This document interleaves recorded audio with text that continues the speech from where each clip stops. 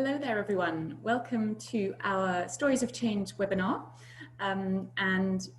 We've got a couple more people joining. So just before we start, we're going to have a karakia to really kind of set up the field for this. And then I'll do a bit of an intro to what we're going to go through today. So Lani, did you want to take the floor for the karakia for us? Sure thing. Kia ora tātou, ko Lani Evans tōku ingoa. I'm Lani Evans and I have the privilege and responsibility of heading up sustainability and the foundation for Vodafone. I'm going to kick off with a karakia, but I guess I just wanted to give a very quick background on this kaupapa before we started. In partnership with Abby Reynolds, who's the newly appointed CEO of Predator Free 2050, and with support from the Todd Foundation, the J R McKenzie Trust, Peter McKenzie Project, and the Vodafone Aotearoa Foundation, we had the pleasure of working with the wonderful folks from Forum for the Future that you're going to hear from today to talk about three different models of systems change, three different ways of thinking about systems change. And I guess our hope is that these frameworks will help us talk and take action on systems change in sustainability, in social change areas, in any areas that people are passionate about and working on, with some shared language and some shared ideas. And I also wanted to acknowledge that there are many different ways of thinking about frameworks and models for systems change, including ones that come from Aotearoa and originate from here. But these are three that we thought would be a really useful tool for all of us. So, enough from me. Kia inoi tātou. Whakataka te hau ki te uru, whakataka te hau ki te tonga. Kia mā kina kina ki uta, kia mā tara tara ki tai. E hi aki ana te atakura, hei tio, hei huka, hei ho, hei hu, ti hei mauri ora. Kia ora.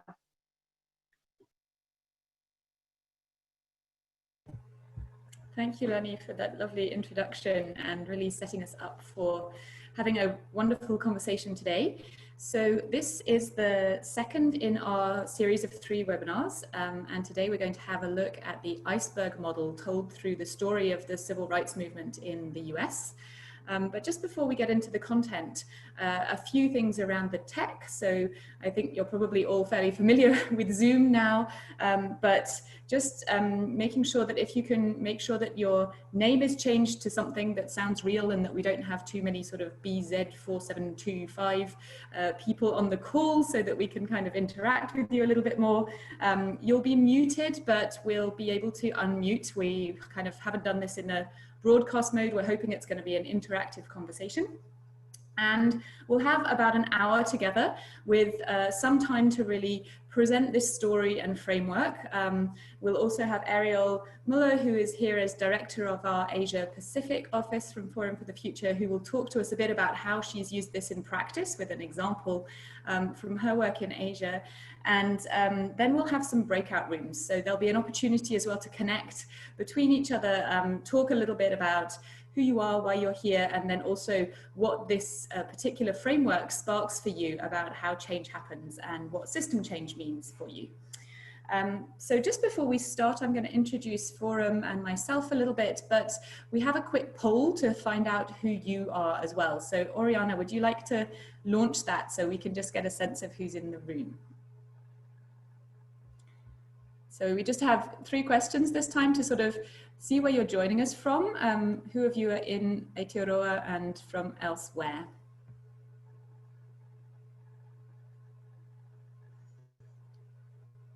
And we can see that we've got a really nice mix of people, mainly from New Zealand, which, as Lani said, was very much the purpose of these conversations, was to really try and spark a conversation in Aotearoa. So welcome to everybody, and also to those of us who are joining us from outside New Zealand today. Thank you, Oriana.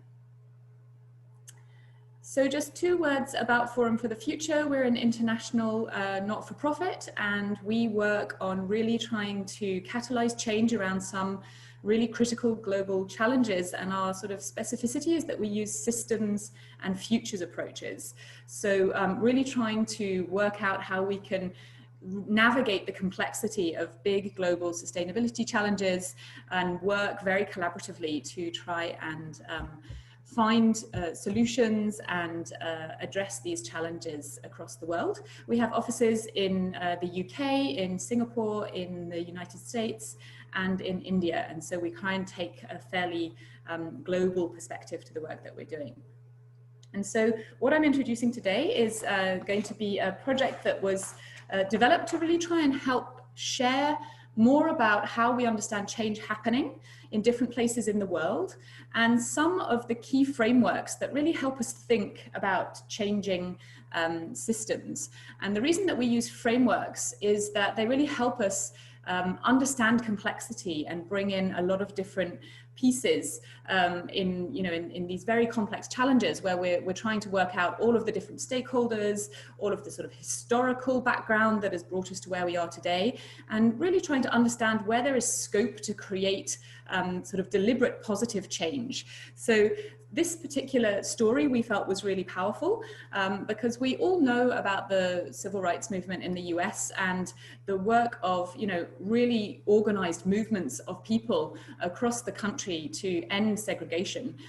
But we're also not aware necessarily of all of the different elements and deeper causes of the situation that was existing in the 1950s, and also what helped create that change. So, there's obviously very deliberate activism, but there are also other factors that are coming in that made that change possible, and that's kind of what we're going to look at today. So at the School of System Change, which is the part of Forum for the Future that I head up, we look at different frameworks and we help people apply them in their work. And we try and think about system change as the emergence of a new pattern of organization or system structure. This way of thinking about it is really trying to zoom in for us on the fact that we can work with patterns and pattern thinking to try and understand how we can create change. So change has multiple factors to it, and really trying to understand the patterns is a way that we're going to get into seeing the potential for change in things. And so this is a quote from Anna Burney, who's one of our colleagues. She's the Director of Learning and Community at Forum, and she's really spent her whole working life thinking about system change and pulling together a lot of different elements from the whole field of practice. And we're focusing in on this today, really trying to ask ourselves, well, how good are we at looking for patterns and really trying to understand the structure of the world that we live in? Sometimes I notice that, we're really great at clustering Post-it notes, for example, in a workshop setting or on a Miro board these days. But putting like with like is not the same thing as looking for patterns. And so that's some of what we're going to get into today through this story, trying to think about how do we get beyond that sort of simplistic view of trying to put things together that feel the same, and that we can then kind of separate out into parts and try and analyze and work with, and really thinking about how can we look for patterns that might be across the piece, that might surprise us, and that might also have potential for change in. So that's really just kind of to get you thinking before we get into this. And this particular story for us today is going to come and help us look at two of these systemic practices that we work with. So we'll be sharing the slides afterwards and you'll be able to kind of take a look at all of these. But as we use different frameworks, we're developing different ways of thinking or acting in the world that are systemic. And this particular story and framework helps us look at one of the top ones, which is constantly questioning our assumptions.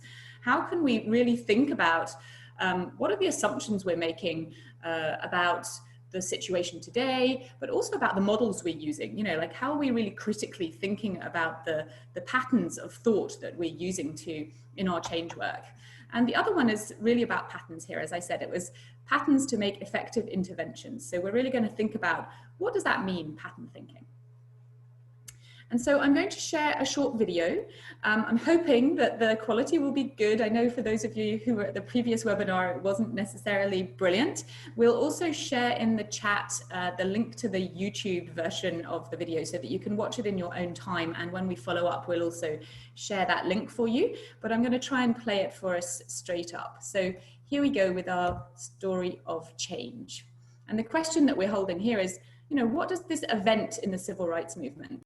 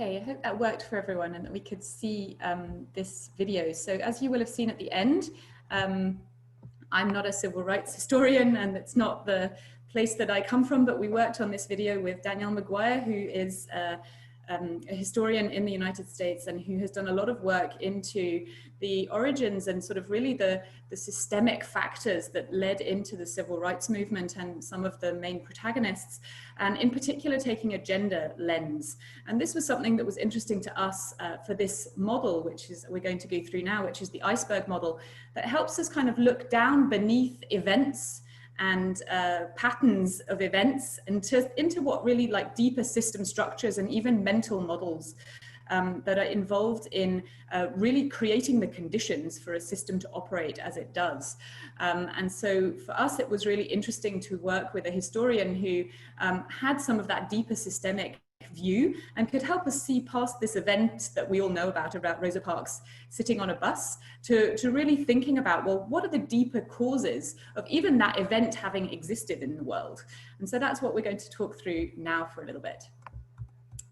So when we're using the Iceberg model, this was introduced by Daniella Meadows, who is an American systems thinker and really key person in this world of systems thinking.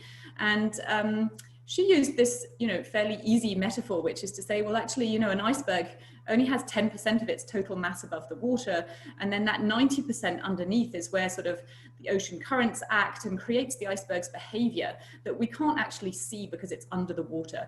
And so we analyze systemic change using this model, which helps us look beneath the events and much deeper into the change patterns. This model that we're going to introduce, it has different versions. We're using here the one that really comes from Daniella Meadows' work, so it's the kind of seminal systems thinking work. There are other ways of defining different levels. So just to kind of say that we're going to introduce this version, but you might also find other versions of the Iceberg model that don't have exactly the same layers in. I think the key thing for me is that we're looking at how change happens at different depths and that we're going kind of much deeper into how also our human societies and mental models, values and beliefs and assumptions are actually underlying the system and holding it in place and perhaps, stopping that deeper change to happen.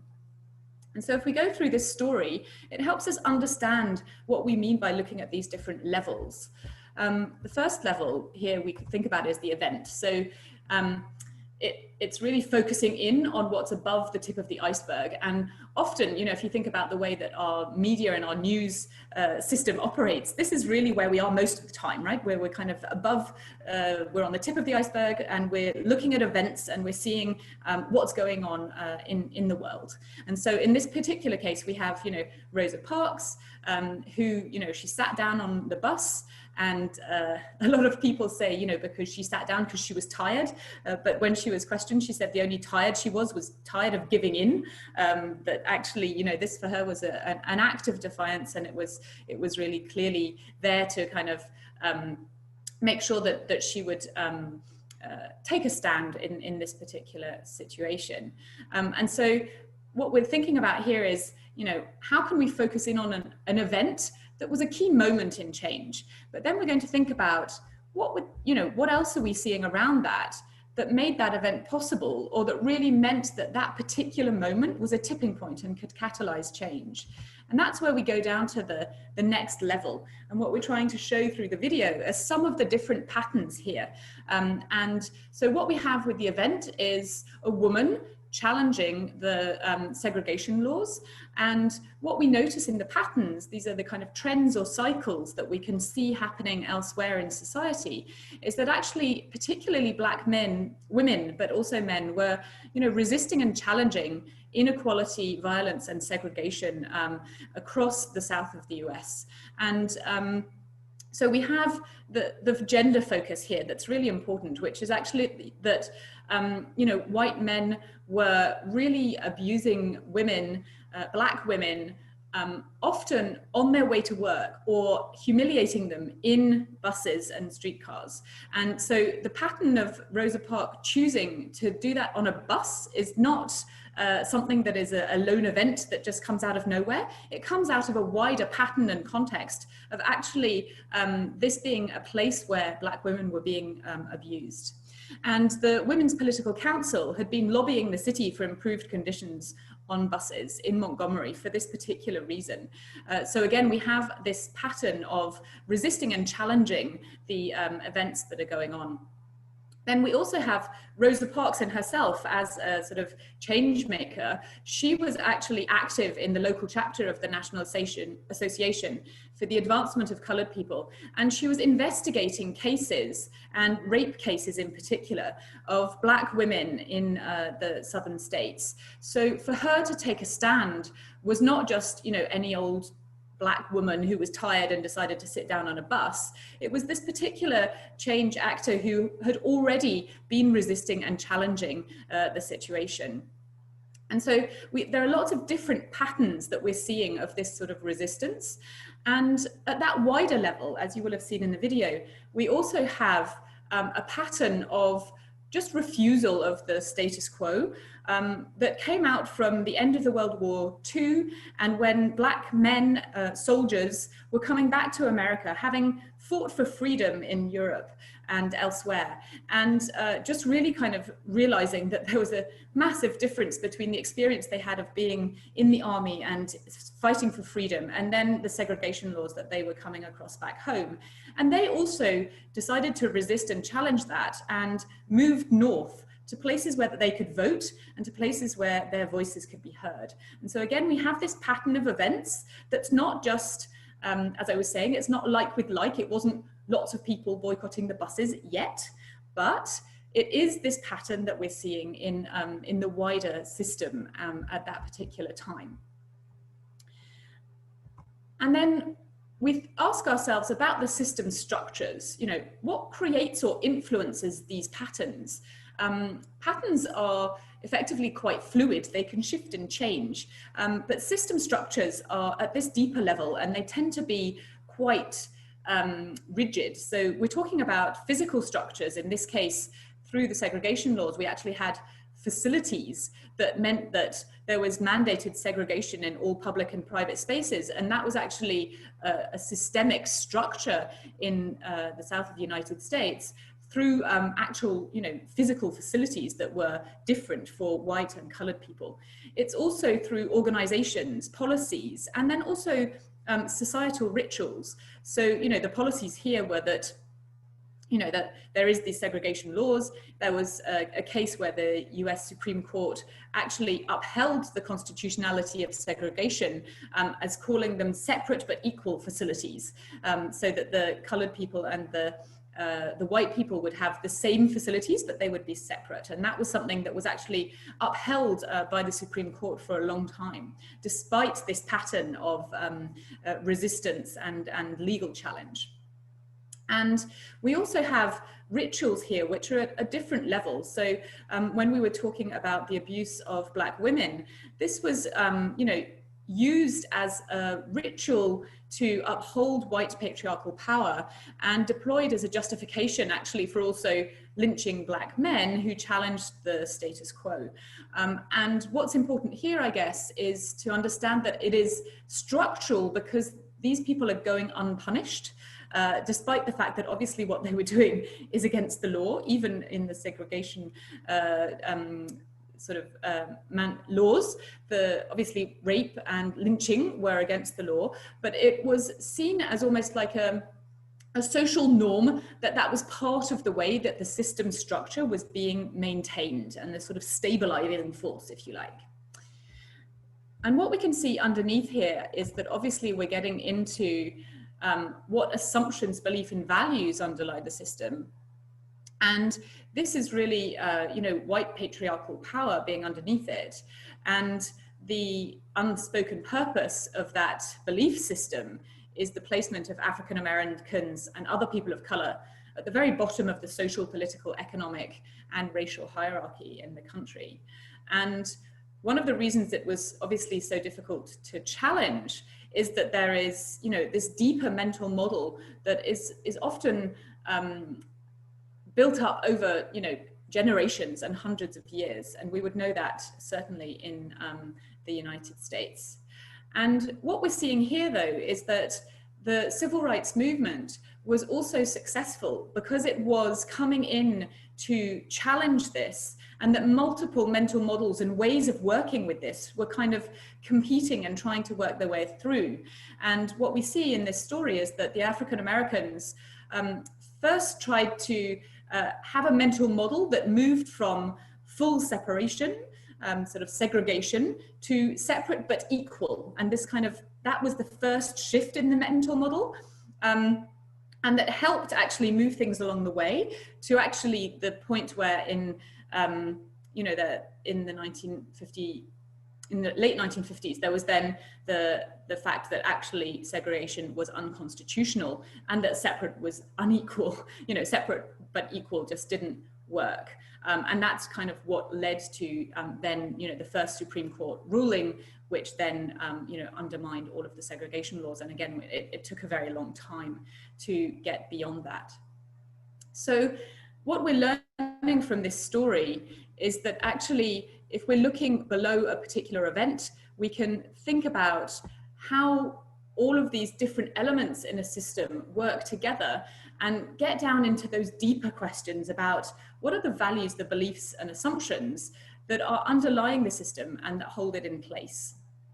And one of the useful things for us around this model is to say, if we just react at the level that we're often in, which is around, events or sort of urgent social or environmental situations, without asking ourselves what these things are that are keeping the system in place, we're really in danger of designing solutions up at the events level, or maybe at the patterns level, but that don't actually come and challenge the deeper mental models, which will actually have a really strong stabilizing force and keep the status quo in place.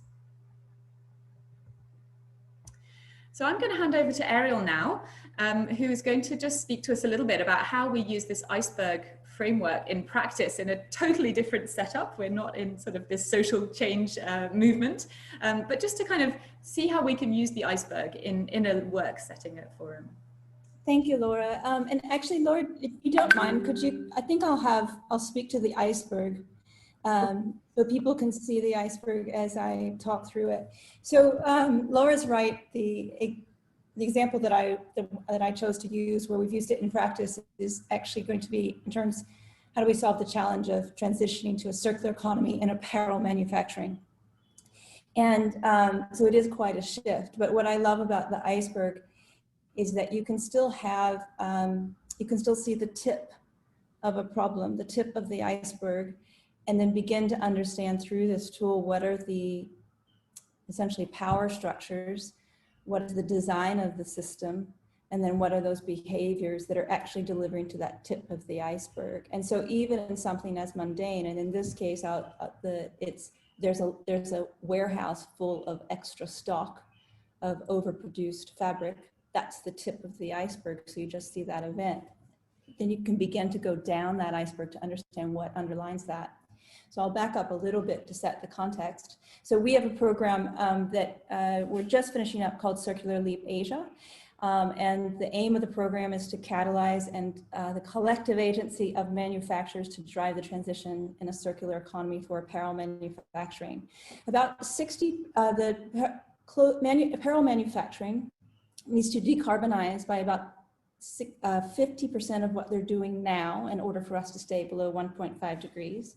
About 60% of that decarbonization needs to happen actually with the manufacturers in the supply chain. However, most of the conversations around circular economy and apparel manufacturing is being driven by brands. So there's a real missed opportunity. If most of the action needs to actually happen within the supply chain, how are we engaging that innovative capacity to actually drive that transition? And I would even say we won't reach that capacity for decarbonization if we don't. So that was the challenge. Circular Leap Asia was set out to had that ambition and ask that question: how can we catalyze the agency of manufacturers and seeing themselves as part of the solution? So I'm going to walk you, very big complex challenge. I'm going to walk you through one example. And so the signal that one of the manufacturers we worked with arriving at their location, the signal we actually see is that there's a warehouse of excess stock, that event up at the top. And that's kind of the tip of the iceberg. So then when you begin to ask, well, what are the patterns and behaviors that are beginning to contribute to that, and do a level of analysis actually with the team that you're working with. And there were a number of different patterns that created that excess stock in the warehouse. One of those was increased waste in the sampling process. And there was a behavior that every time sampling would happen, then there would be overproduction. There was another example that was overproduction that because of very short lead times and because of the way we as consumers beginning to consume, our lead times are getting shorter and shorter. So you're beginning to see these patterns across in this one company, but actually they're across the sector that are being driven by these external trends. So then if we go down one more layer into the iceberg and we say, well, what are the structures that are actually creating that behavior? And this is one of my favorite layers of the iceberg as well, because it's actually where the role of design plays a really significant role. And I come from a design background. What is the design of the systems? What is the design of information flow? How is the actual system itself structured such that it's creating this waste? So in this instance, there's a couple things at play in terms of the design of the system. Really simple ones are actually that a manufacturer has to work with many different brands who have many different types of blacks, and they're only slightly different, and a manufacturer will have to reproduce a bunch of different material for these different brands that leads to excess of these types of blacks.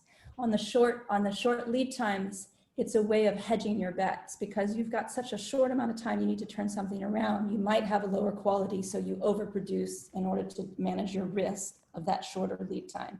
So those are design challenges in the procurement process between a brand and a manufacturer.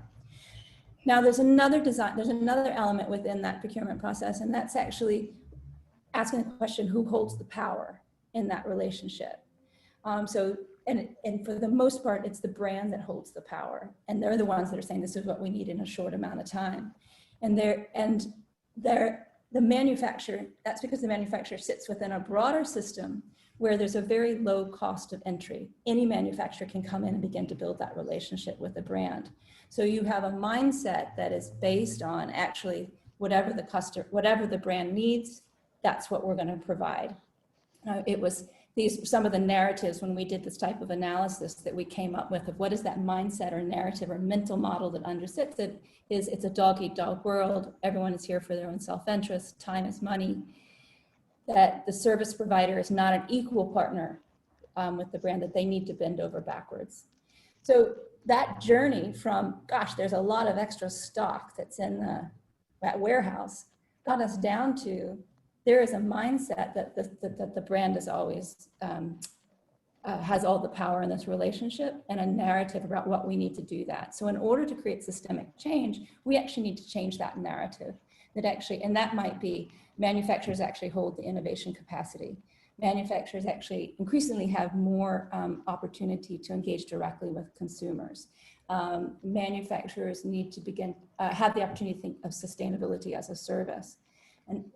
And then we can begin to think of other ways of how do we change that power dynamic between the manufacturer and the brands by bringing in capital in new ways, by bringing in different types of policies and things like that. So that's what we're doing. This first stage was a lot of that diagnosis for circular aphasia, and the second stage is beginning to bring in those partners to actually design those interventions. So that's a quick journey of how we applied that from something as simple as a bunch of waste into what's actually a design for systemic change that addresses power issues within the manufacturing process. Thank you. Thanks, Ariel. That's really great. Always brings it to life, seeing how, not just for a historical story, but then how does this help actually in really important conversations around big sustainability challenges in different places in the world. So what we're going to do now, and Oriana, you're going to help me out with this, I believe, is put you into some small breakout rooms. So you will have a few minutes together to be able to just present yourselves and say a little bit about you. And then we just have an open question for you, which is, how did this story and model spark your sort of questions for you about how you understand change? And so at this point, if you would want to move into those little breakout rooms. And then we're asking you to come back with maybe an insight from your group or a question that you might have together that you want to ask for us so that we can continue the discussion. We'll be able to have all of the insights and questions put in the chat, and then we'll probably have time for 2 or 3 people to be able to ask a question or share some insights with the rest of us as a group. And Ariel and I can respond in terms of how we use this model, what it's good for, perhaps what it's not so good for, and kind of really digging into that next level of understanding for you before we close off today. So Oriana, have you got everything you need to put people into breakout rooms? Yeah, I do. Thank you. And just to repeat the instructions, we're going to put you into groups. Take the time to introduce yourselves and answer the question, what does this framework spark for you about change? And feel free to also discuss what questions you have about using the tool. So I'll broadcast these questions across to you, and you'll be put into breakout groups very shortly. We've just had a couple of people move around, so bear with me 1 minute, please. Thank you. That's so nice. No black screens. Hi there, everybody. Welcome back. So yeah, I suggest for this piece, let's keep the cameras on if you like for the discussion, and we don't need to have the slides on. It's quite nice to have a bit more of a conversation. I hope you enjoyed your breakout rooms. Always for us as facilitators, they're like little black boxes, and we're kind of egging to hear what you were saying to each other and some of the insights that came out. So if you want to just take a minute, you know, this is a little bit of a quiet piece, just take a minute to maybe distill some of the thoughts or the insights, something that, that you found interesting or surprising as part of your little group discussion, or a question that you're holding about either the story or the framework, or more, you know, widely around systems change. And if you'd like to just take a minute quietly and then share that with us in the chat, and Oriana can do a little bit of pattern spotting. This is our theme for today, kind of seeing what some of those shared themes are that are coming up for you now.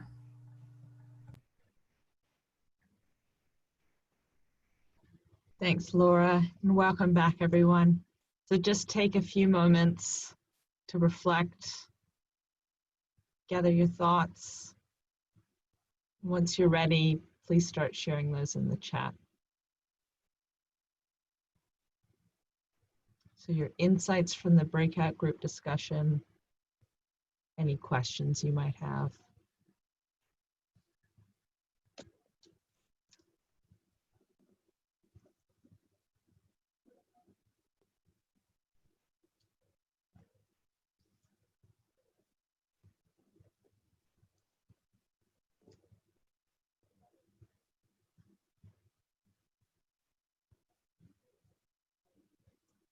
We've got our first here from Christina.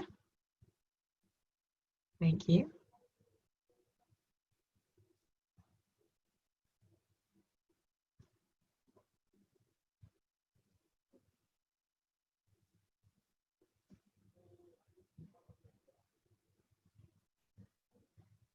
So we've got a few comments coming on the chat about how this tool is helping people recognize things that are not easily visible when you look at events.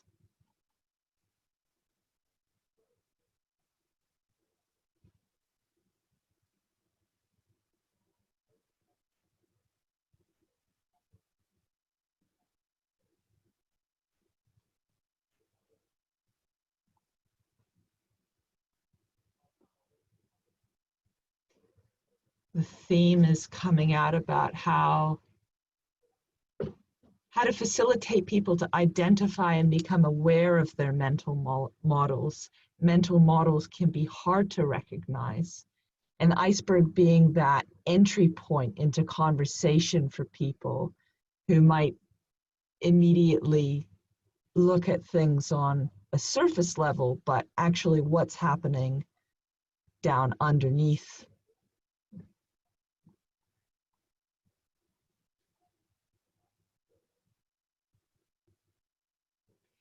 I like this. This requires careful stewardship as people sit with the discomfort of becoming aware of their mental models. I think that's quite prominent as we watch the video, and invite you to watch the video afterwards as well. Yeah, it's a practical tool to use in conversation with people. Drawing it on the whiteboard, on the back of a piece of paper, and really helps facilitate that discussion.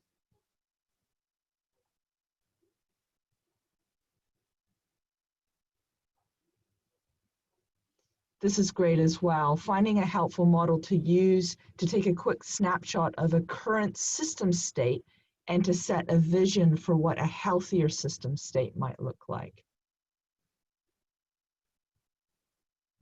This tool is helping with collaboration. It helps avoid silo thinking, which is common across multiple disciplines. And yeah, the non-linear approach to solving a problem.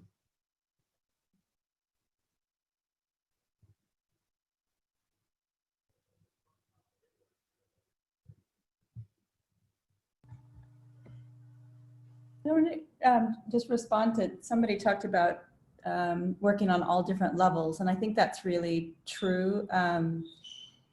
That I think particularly probably everyone that's on this call are deep change makers, and we go immediately to mental model because that's the most transformative and that's where the narratives are. But I do agree that someone said, and I can't remember because the chat said, that ability to work across all layers all the time. And then one of the things we've been watching for is, as we come out of COVID, what are we observing that's shifting in the narrative that we could then begin to amplify?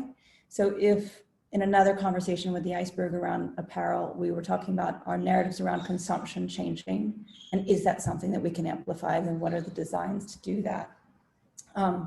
Yeah. I feel like people should be able to jump in because we have a relatively small group. Yeah, I was going to say, is there anyone who wanted to just share with the rest of us a little bit more into one of these patterns that we've seen? Something that came up for you in the conversation that we can bring in. We've got just under 10 minutes before we close, so we can make this a little more interactive. Just put your hand up if you'd like to, because I have to unmute you. The dynamic of being a Zoom. That's the structure of the design. Changing, shifting behavior. We need to give you, power you. So Suresh, you want to come on in if Oriana can unmute you. Can you all hear me? Yeah. Yes. Yeah. Okay. Good morning or good afternoon, whatever it is. So I discussed with Catherine and Christine, both of whom work with Government Ministry of Innovation in New Zealand. I work for Airbus in India, so in the aerospace domain. So what we came across was that we identified that silo thinking is quite common across industries and also in different disciplines, and collaboration among people across functions and departments can help in understanding the deeper systemic aspects and how interactions happen, and also to identify the leverage points. And this model definitely helps us to getting deeper into change, and we could already make a list of things which we could do in our office to understand to do things differently by using this model. And it was also a refreshing thing to look at history and try to understand systems change and bring in case studies. And thank you all for enlightening us on this.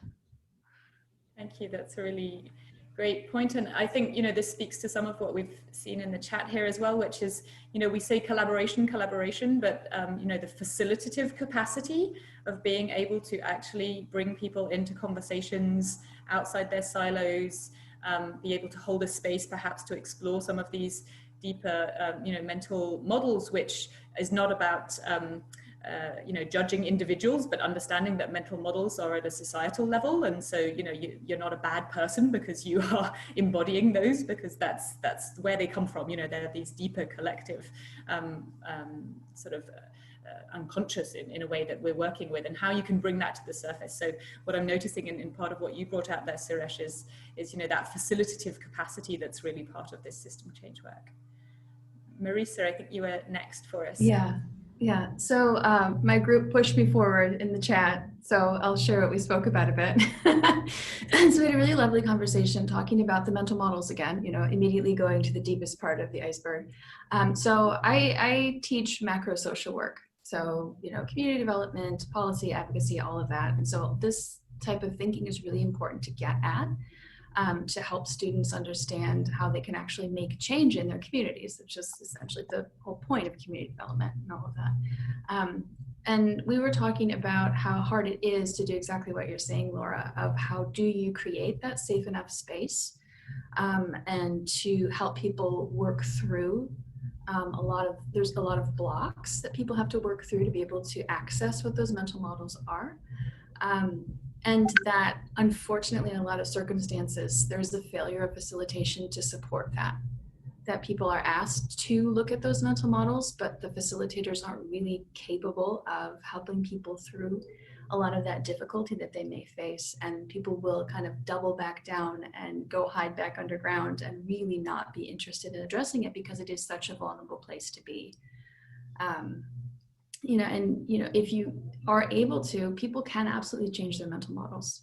I would see in a semester, people would come in, the white cisgendered male hiding in the back of the classroom and, learn in a class about race, not wanting even to be seen, being able to be talked through what intersectionality actually means and what privilege actually means, and that it's not a black and white thing. It's not an on and off switch. It's much more complex. And so being able to facilitate longer, more transformational conversations is absolutely works, but it needs to be done right. And when it's done wrong, it can absolutely backfire.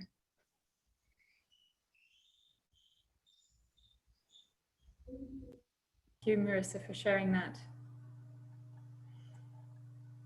And I think this, again, this is where we're really seeing the value of this framework, is that, it's quite simple and intuitive, as we heard as well.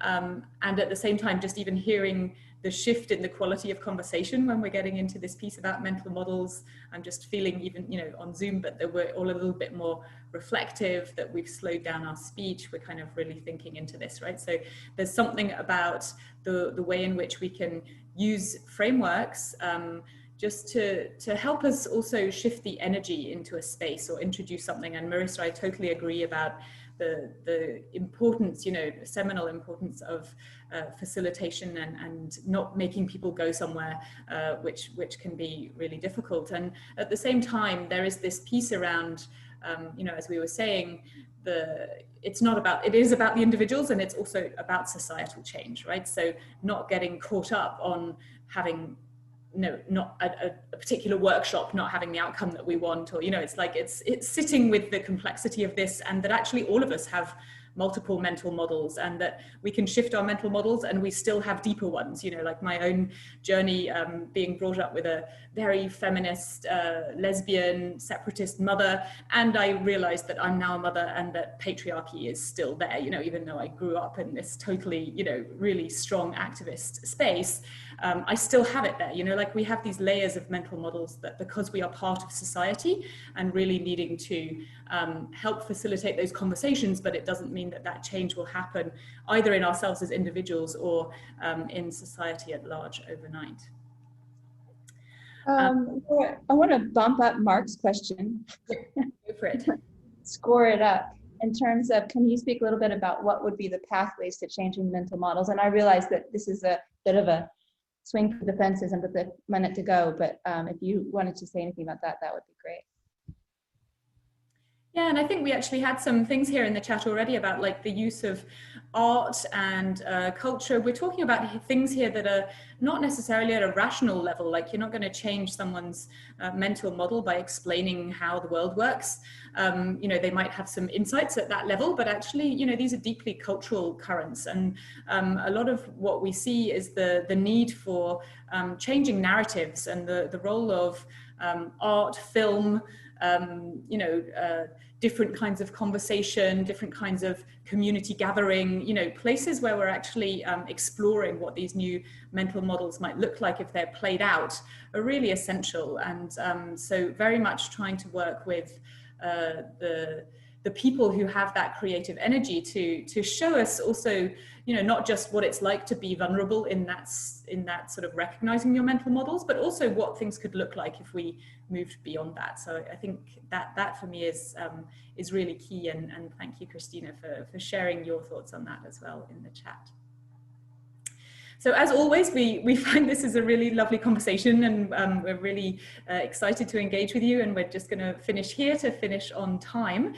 So the last thing I just wanted to share is that this is part of a series, as Lana said at the beginning, and so we have another webinar coming up in a couple of weeks' time. So if you are able to join, you're very welcome to come and talk about levels of paradigm. So this is also a model that helps us think about how we can be more regenerative in the goals that we set for our systems change. And that's on the 15th of October at 5 p.m. for you guys in New Zealand. And in between times, we will follow up with an email that has a recording of this webinar and share the slides and make sure that you have access to some of the resources if you want to start using the Iceberg model or playing around with this a little bit more. So thank you so much, everyone. And a big thank you as well to our supportive funders to make this happen. And I hope that we can see you again in a few days' time, in 2 weeks' time. Thank you, everyone. Bye-bye. I'm just going to close with a karakia just before we head off, if you've got a couple of minutes to stay. Kia inoi tātou, kia hora te merino, kia whakapapa punamo te moana, kia teri te karo hirohi, I mua, I toa, huarahi, homie, huie, tai kie. Kia ora. Kia ora. Kia ora. Thanks, everyone.